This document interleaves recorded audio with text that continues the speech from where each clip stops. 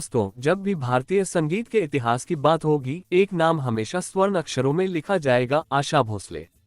वो आवाज जिसने न सिर्फ कैबरे गानों में जान फूंकी, बल्कि शास्त्रीय संगीत और गजलों से भी लोगों का दिल जीता। 12,000 से ज्यादा गाने और 20 से भी अधिक भाषाओं में गायकी का जादू बिखेरने वाली इस एवरग्रीन आवाज के पीछे संघर्ष की एक ऐसी कहानी है जिसे सुनकर आपकी आंखें भर आएंगी। आज की इस वीडियो में हम जानेंगे आशा जी के जीवन के वो अनसुने किस्से जिन्होंने उन्हें सुरों की मलिका बनाया। 8 सितंबर 1933 को महाराष्ट्र के सांगली में जन्मी आशा जी को संगीत विरासत में मिला था। उनके पिता पंडित दीनानाथ मंगेशकर एक महान शास्त्रीय गायक थे, लेकिन जब आशा जी सिर्फ 9 साल की थीं, तब उनके पिता का साया सर से उठ गया।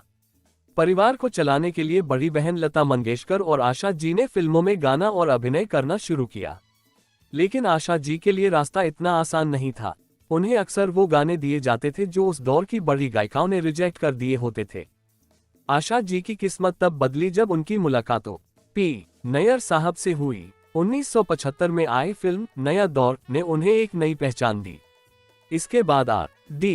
बर्मन यानी पंचम दा के साथ उनकी जोड़ी ने बॉलीवुड संगीत की परिभाषा ही बदल दी। आशा की आवाज में बहुत वैरायटी थी। पिया तू अब तो आजा और दम मारो दम जैसे गानों ने उन्हें कैबरे क्वीन बना दिया।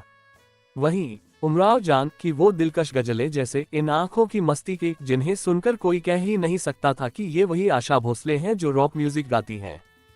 आशा जी की निजी जिंदगी भी किसी फिल्म से कम नहीं रही। महज 16 साल की उम्र में उन्होंने अपने परिवार के खिलाफ जाकर 31 वर्षीय गणपतराव भोसले से शादी की। गणपतराव लता मंगेशकर के पर्सनल सेक्रेटरी थे, जो उनका सारा कामकाज देखा करते थे। शादी के समय गणपतराव की उम्र 31 साल थी और आशा से 16 साल बड़े थे।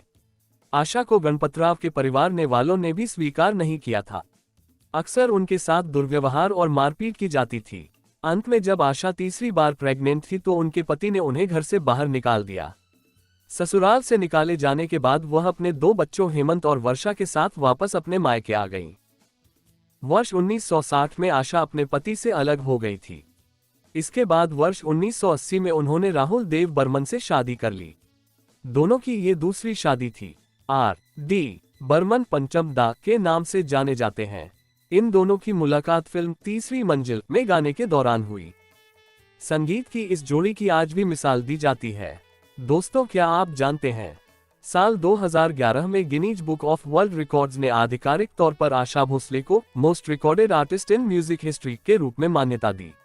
दादा साहब फाल्के पुरस्कार से लेकर पद्म विभूषण तक भारत का हर बड़ा सम्मान उनकी अलमारी की शोभा बढ़ाता है। आशा ताई सिर्फ अच्छा गाती ही नहीं थी, बल्कि वो कमाल का खाना भी बनाती थी। वो खुद कहा करती थी कि अगर वो सिंगर न होती तो एक कुक होती।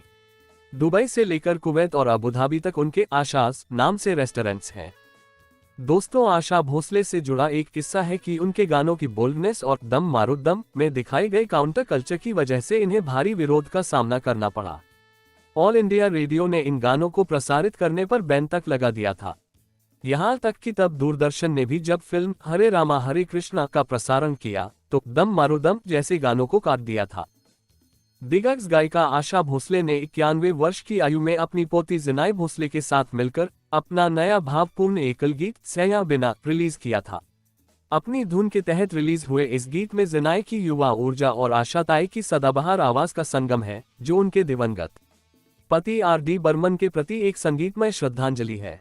91 वर्ष की आयु में भी आशा जी की ऊर्जा देखते ही बनती थी।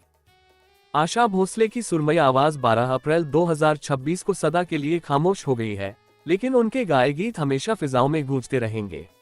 आशा भोसले सिर्फ एक गायिका नहीं, बल्कि एक प्रेरणा है। उन्होंने सिखाया कि उम्र चाहे जो भी हो, अगर दिल में जुनून है तो आप दुनिया जीत सकते हैं।